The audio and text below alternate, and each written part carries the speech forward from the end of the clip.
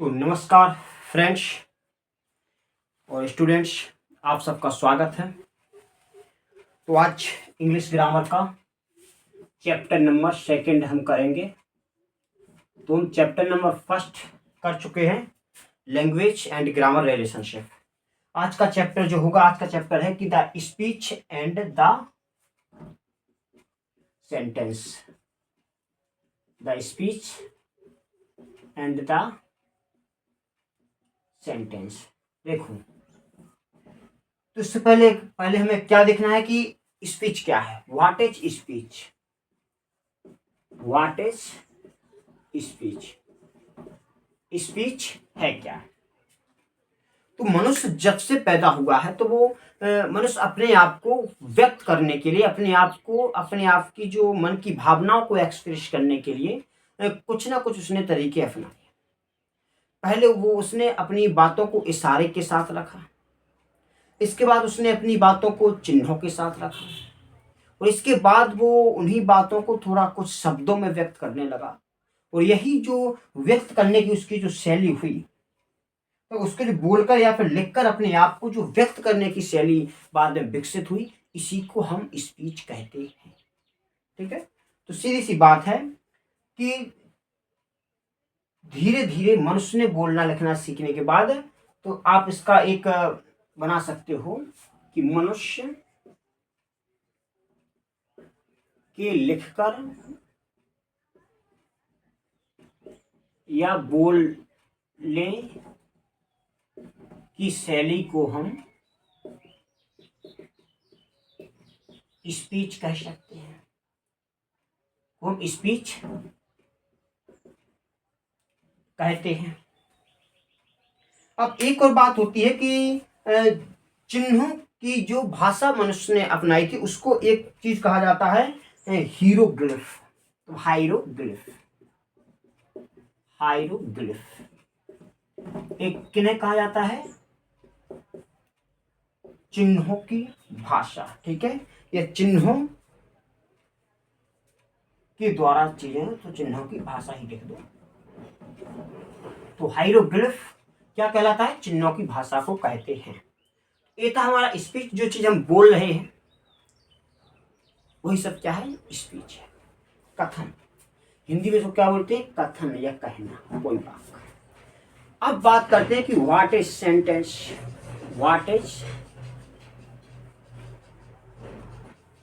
Sentence मतलब कि वाक्य क्या है। तो जो चीज हम यहाँ पर बोल के कर रहे हैं, वही बात हम यहाँ पर क्या करेंगे? लिख के कहेंगे, वो भी एक प्रकार से अरेंज्ड रूप में। ठीक है, तो हम यहाँ पर कह सकते हैं कि जो भी व्यक्ति के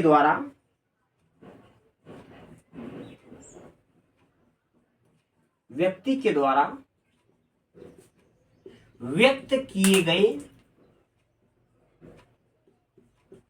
शब्दों का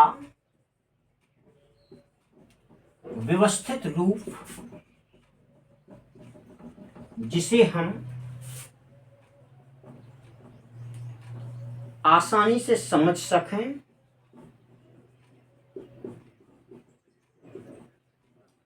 सेंटेंस कहलाता है। इसका एक और डेफिनेशन आपको मिलेगी कि the group of words which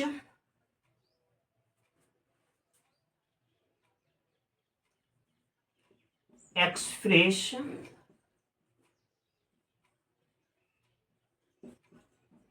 complete sense called sentence। तो शब्दों का ऐसा समूह जो पूर्ण अर्थ, पूर्ण भाव व्यक्त करे, वो क्या कहलाता है? सेंटेंस कहलाता है। जैसे कि एग्जांपल में हम इसमें देख सकते हैं कि I go to school. I go to school, तो मैं स्कूल जाता हूं। और और भी जिसे लिख सकते हो कि she place with her doll, तो अपनी गुड़िया के साथ खेलती है। तो ये सब क्या है, ये हमारे सेंटेंस हैं। तो इन्हीं क्या है, शब्दों के समूह भी हैं, वर्ड्स के समूह भी हैं और एक पूर्ण अर्थ भी व्यक्त कर रहे हैं, इसलिए हम इनको क्या कहेंगे, इसलिए हम इनको सेंटेंस कहते हैं। ये बात हो गई स्पीच क्या है, सेंटेंस क्या है। अब बात करेंगे हम इनके प्रकार। तो kinds of sentence, kinds of sentences.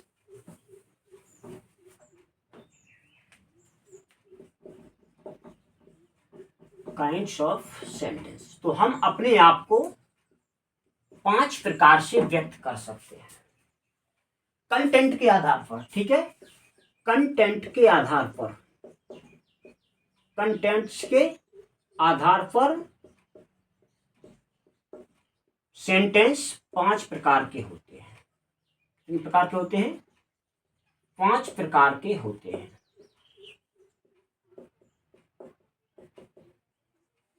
ठीक, जैसे पहला हुआ हमारा असर्टिव सेंटेंसेस, सेम विधि सूचक वाक्य कहते हैं। दूसरा होता है इंटेरोगेटिव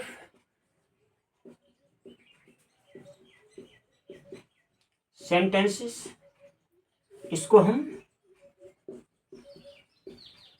प्रश्नवाचक वाक्य कहते हैं। तीसरा होता है इंपेरेटिव सेंटेंस,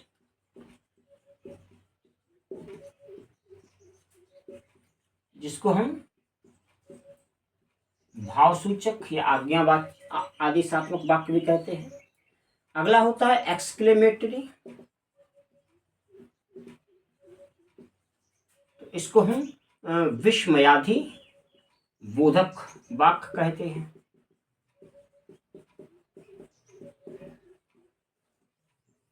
इसके बाद पांचवा होता है ऑप्टेटिव सेंटेंसेस, इसको इच्छा सूचक या फिर कामना सूचक वाक्य कहा जाता है। तो ये पांचों प्रकार आप देख लो तो आपको कोई दिक्कत नहीं होने वाली है इनके प्रकार समझने में। अब हम इनको बारी बारी से एक एक करके इनको विस्तार से देखेंगे। तो पहला क्या है, असर्टिव सेंटेंस। पहला क्या है, असर्टिव सेंटेंस। तो सेंटेंस विच मेक, इसकी डेफिनेशन है, sentence which make simple assertion, simple assertion और स्टेटमेंट। तो ऐसा वाक्य जो किसी भी बात को सीधे ढंग से बात है, मतलब वह वाक्य जिसमें बात सीधे ढंग से की जाती है,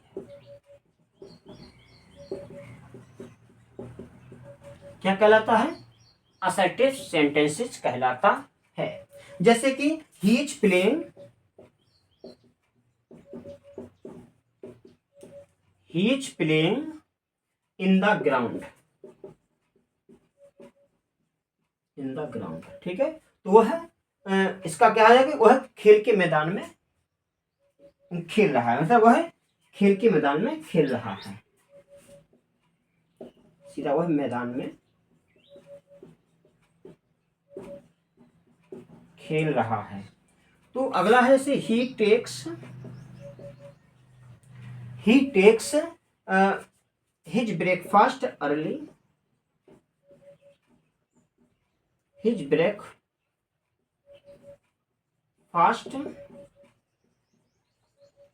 early in the morning। बात सीधे ढंग से की जा रही है, वो सिंपल तौर से बात की जा रही है कि वह अपना नाश्ता प्रातः जल्दी से लेता है। वह अपना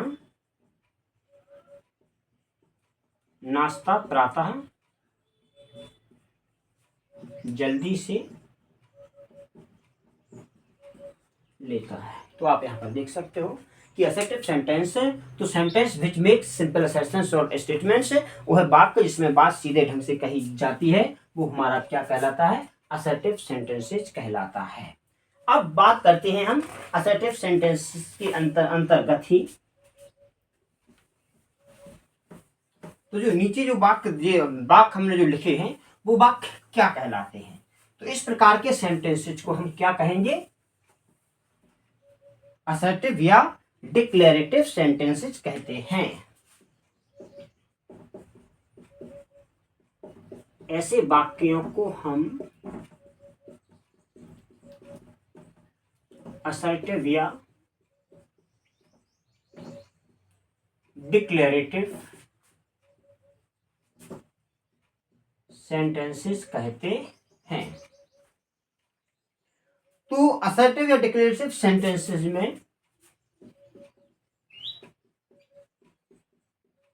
असर्टिव या डिक्लेरेटिव सेंटेंसेस में यदि बात हाँ में कहा जाए, ठीक है, हाँ में यदि बात सीधी बात है, इसमें यह कह दो कि बात हाँ या ना में भी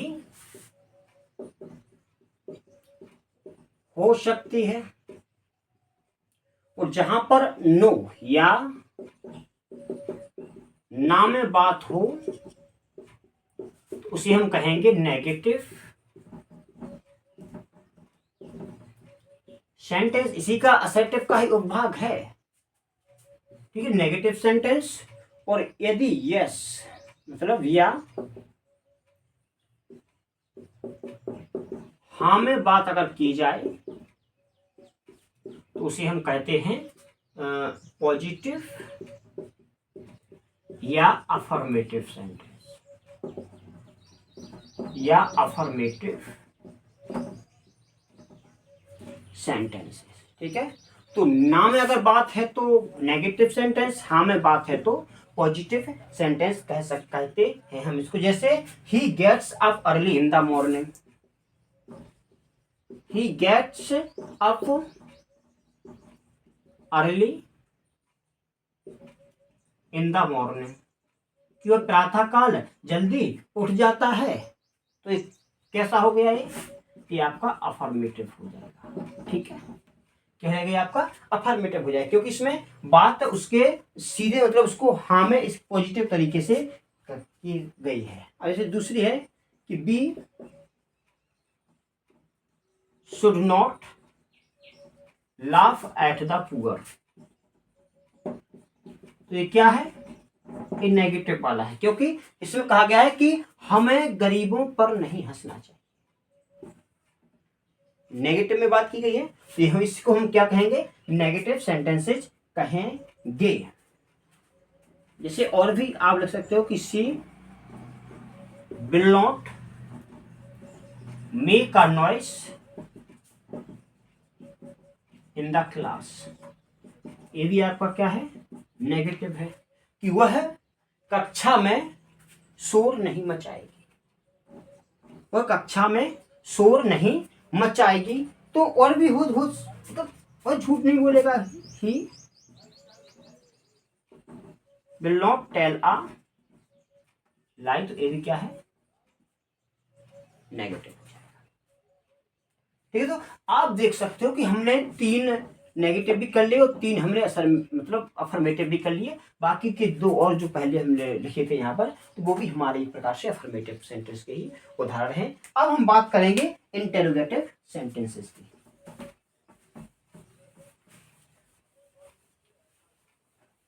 इसमें बात सीधे तरीके से की गई है ना, तो उसमें सिंपल तरीका है। लेकिन अब क्या बात होती है कि जिन सेंटेंसेस में किसी के प्रश्न के तौर पर कुछ पूछा जाए।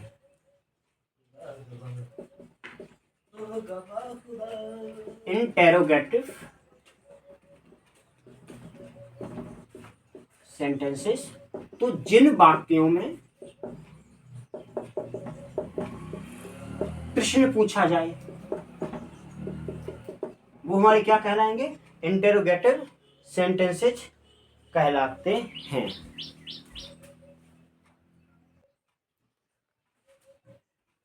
ठीक है, तो किसी भी प्रकार का अगर प्रश्न पूछा जा रहा है तो उसे हम इंटेरोगेटिव सेंटेंस कहेंगे।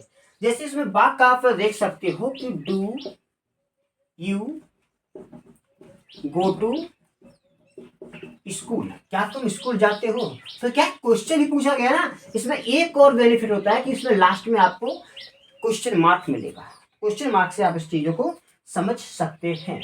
अब दूसरी बात है, जैसे ये भी हो सकता है कि वाज ही मेकिंग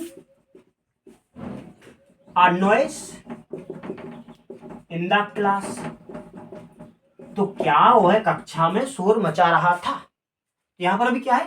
क्वेश्चन पूछा गया है। तो सिंपली तरीके से हम पहले क्या समझ चुके हैं? असर्टिव सेंटेंसेस वो भी दो प्रकार के होते थे। कौन कौन से होते थे? नेगेटिव और पॉजिटिव। ठीक है, नेगेटिव या फिर अफर्मेटिव। अब दूसरा जो हुआ इंटेरोगेटिव, तो उसमें किसी भी प्रकार का जो क्वेश्चन पूछा जाए तो वो तो दैट इज क्या है? Interrogative sentences. तो अभी इसको सतही तौर पर ले रहे हैं। देखो अब इसको भी अंतर्गत दो प्रकार, दो टाइप के आपको देखने को मिलेंगे। फर्स्ट होगा आपका एस या नो टाइप्स, सेकंड होगा आपका WH वर्ड वाला। इसमें क्या होगा कि इसमें WH वर्ड वाले में हम इसका उत्तर एस या नो में नहीं दे सकते हैं, और इसमें इसका उत्तर हम एस या नो में दे सकते हैं। जैसे मैंने कहा, क्या तुम स्कूल जाते हो? आप क्या कहोगे? यस या नो। अगर मैंने यहीं पर आपसे पूछ लिया कि what is your name, what is your name, तो आप क्या कहोगे? यस या नो। मैं कहूंगी व्हाट इज योर नेम, तो आप क्या कहोगे? यस या नो कहोगे, या फिर अपना नाम बताओगे? आपको अपना नाम बताना पड़ेगा। एस या नो में यहां पर काम नहीं चलता है। ठीक, तो ये आपका बेसिक है, केवल बेसिक है। अगर आपने इससे पहले की एक क्लास नहीं देखी है तो वो क्लास जाकर के आप इस चैनल पर देख सकते हो। उसमें हमने लैंग्वेज एंड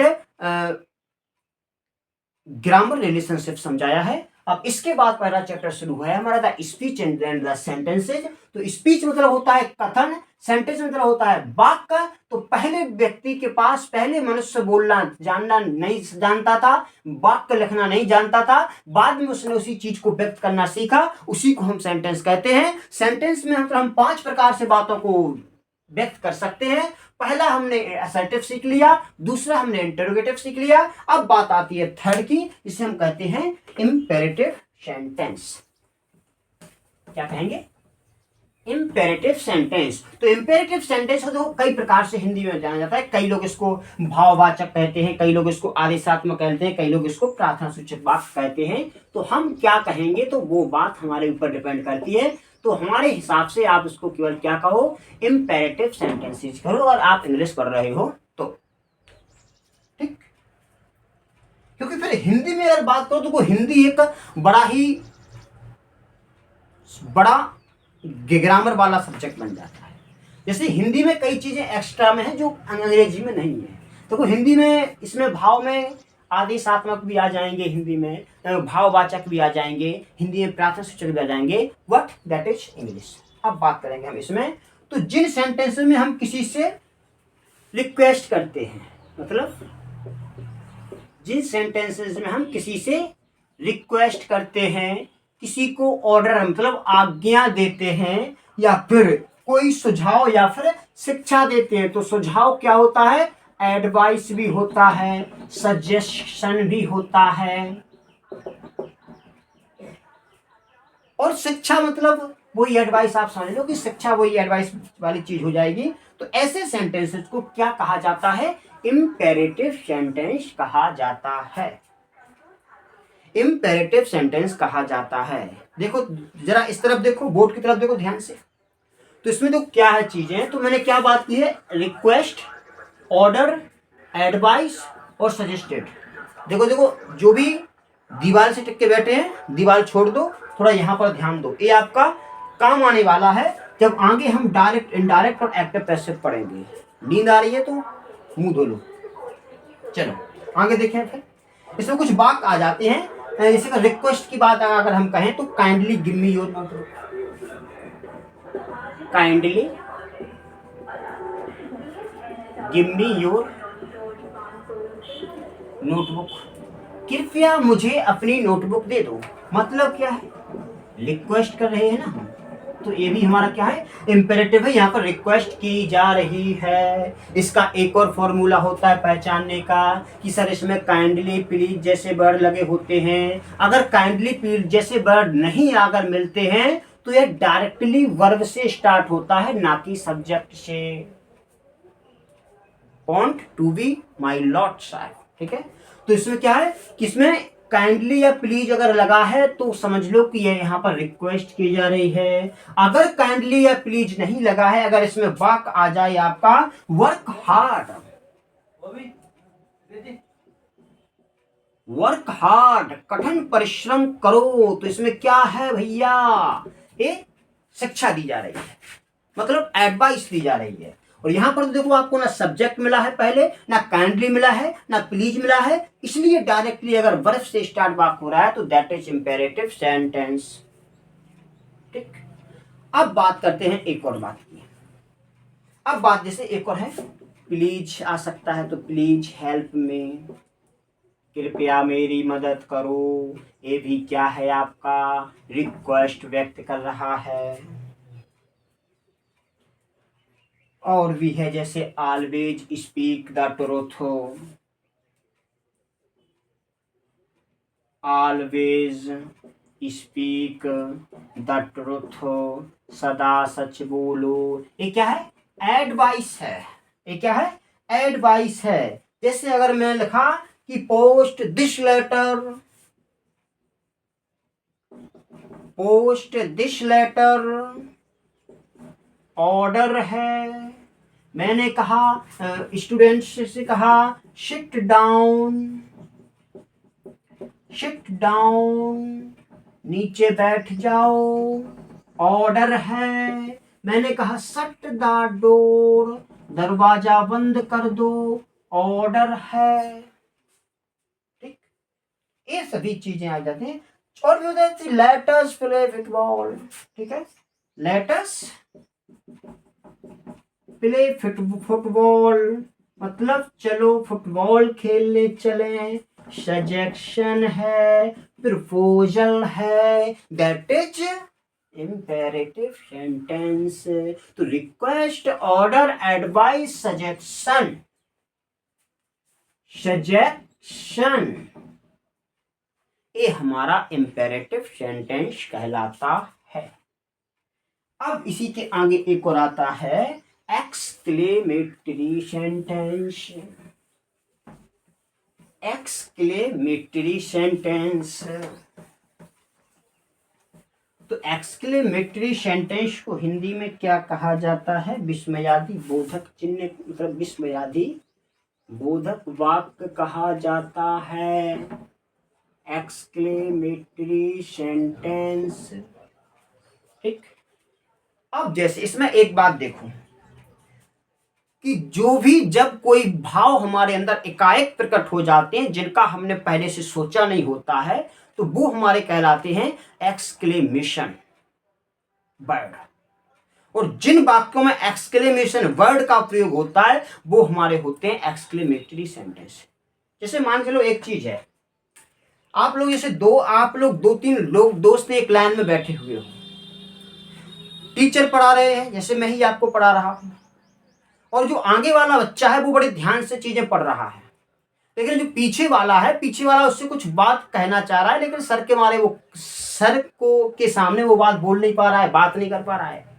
तो वो आराम से आपको धीमे से आपके पीछे से आपको इशारा करेगा कि सुनना, थोड़ा एक बात सुन, लेकिन वो पढ़ने में तल्लीन है, लेकिन धीरे धीरे जब वो बात नहीं सुनता है तो अगर पीछे वाला व्यक्ति क्या करेगा कि पेन की जो पेन होता है, पेन का जो निब होता है उसको लेकर के उसके पीछे पीठ में या फिर पीठ में उसके घूंस देता है। तो जैसे ही उसके पीठ में वो घूसेगा तो उसके मुंह से क्या निकलेगा, आउच या आह, क्या कर रहा है, ठीक है। तो एकाएक उसने ये शब्द सोचा नहीं था कि उसे क्या कहना है, लेकिन वो अचानक भाव प्रकट हो गया। कोई व्यक्ति के अंदर गुस्सा आ जाना एकाएक से, उसने पहले से तो सोचा नहीं था कि मुझे गुस्सा आने वाला है। एकाएक किसी चीज को देख करके हंस पड़ना, तो वो सोचता तो नहीं पहले से मुझे कि हंसना पड़ेगा। जैसे कोई दृश्य आपने देखा, wow what is a scene, कितना सुंदर दृश्य है, तो पहले से उसने ऐसे अंदाजा नहीं लगाया था। उसने अंदाजा नहीं लगाया था कि मेरा दोस्त मेरे पीछे से मुझ में प्रकार का निब घूंस देगा या फिर पेन की निब घूंस देगा, तो आग बबूला हो जाता है। तो वो वही जो भाव होते हैं, जो एकाएक भाव प्रकट होते हैं, वही हमारे एक्सक्लेमेशन वर्ड कहलाते हैं, और उन्हीं में जिनका प्रयोग होता है वो हमारे एक्सक्लेमेटरी सेंटेंस हो जाते हैं। तो आप देख सकते हो कि जब बेहद खुशी में, बेहद दुख में, या फिर कई और चीजों में, जैसे या फिर सरप्राइज मतलब हैरान, या हैरानी में, हैरानी में हो करके जब हम कुछ बोलते हैं तो वही हमारे एक्सक्लेमेटरी सेंटेंस हो जाते हैं। जैसे कि hurray we have won the match, hurray we have won the match, अरे वाह हमने मैच जीत लिया, अरे वाह या आह हमने मैच जीत लिया। और भी जैसे होते हैं कई बार, जैसे ताजमहल कोई देखने गया तो वो क्या कहेगा कि how beautiful the Taj Mahal is, how beautiful the Taj Mahal is, ठीक। तो ताजमहल कितना सुंदर है, तो इसमें क्या हो रहा है, इसमें जॉय खुशी, इसमें क्या है सरप्राइज यानी हैरानी या फिर आश्चर्य। और भी जैसे होते हैं कि ब्रेवो वेल डन, शाबाश तुमने बहुत अच्छा किया, ब्रेवो वेल डन, शाबाश तुमने बहुत अच्छा किया। तो उसमें क्या है, उसकी प्रशंसा की जा रही है, एप्लाउडेड, एप्लाउड, ठीक है, प्रशंसा की जा रही है। अब और भी जैसे सेंटेंस आते हैं कि oh what a mean attack, oh what a mean attack, what a mean attack, कि मतलब आह कितना घटिया आक्रमण है। तो उसमें एक प्रकार से रिग्रेट है, एक प्रकार का रिग्रेट उसकी की जा रही है। अब जैसे वो होता ना कि सा what a foul smell it is, touch what a foul smell is, मतलब कि छी कितनी गंदी दुर्गंध है, कोई कीचड़। तो उसमें क्या है, छी वाला जो शब्द निकल रहा है, एकाएक ये जो बात निकल रहे हैं, ये सारे हमारे क्या कहलाएंगे, एक्सक्लेमेटरी सेंटेंस कहलाएंगे। तो इनको छोड़कर के अब हम बात करेंगे ऑप्टेटिव सेंटेंसेस के।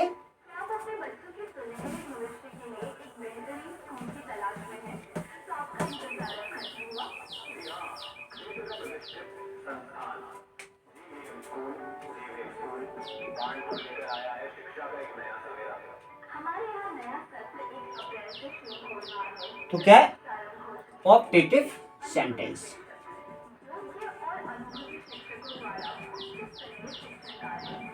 Optative sentences. तो जिन सेंटेंस में हम किसी को वरदान या अभिशाप देते हैं, क्या करेंगे, वरदान या फिर अभिशाप मतलब कर्ष, वरदान मतलब बूंद, उस हमारा क्या कहलाता है, ऑप्टेटिव सेंटेंस कहलाता है। जैसे कि may you live long, may you live long, भगवान करे कि तुम दीर्घायु हो, मतलब भगवान तुम्हारी आयु लंबी करे। और भी होता है मे ही डाई, मे ही डाई, भगवान करे कि वह मर जाए, तो क्या है ये भी। और भी होता है कि गॉड ब्लेस यू, ये भी इसी में आएगा। और गो टू हेल, ये भी इसी में आएगा। मतलब भाड़ में जाओ, नरक में जाओ, भगवान तुम्हारा भला करे, भगवान तुम्हारे सद्बुद्धि दे, ये सारे के सारी चीजें किसमें हम काउंट करेंगे, ऑब्जेक्टिव सेंटेंस में। इसको हिंदी में कहते हैं कामना सूचक वाक्य।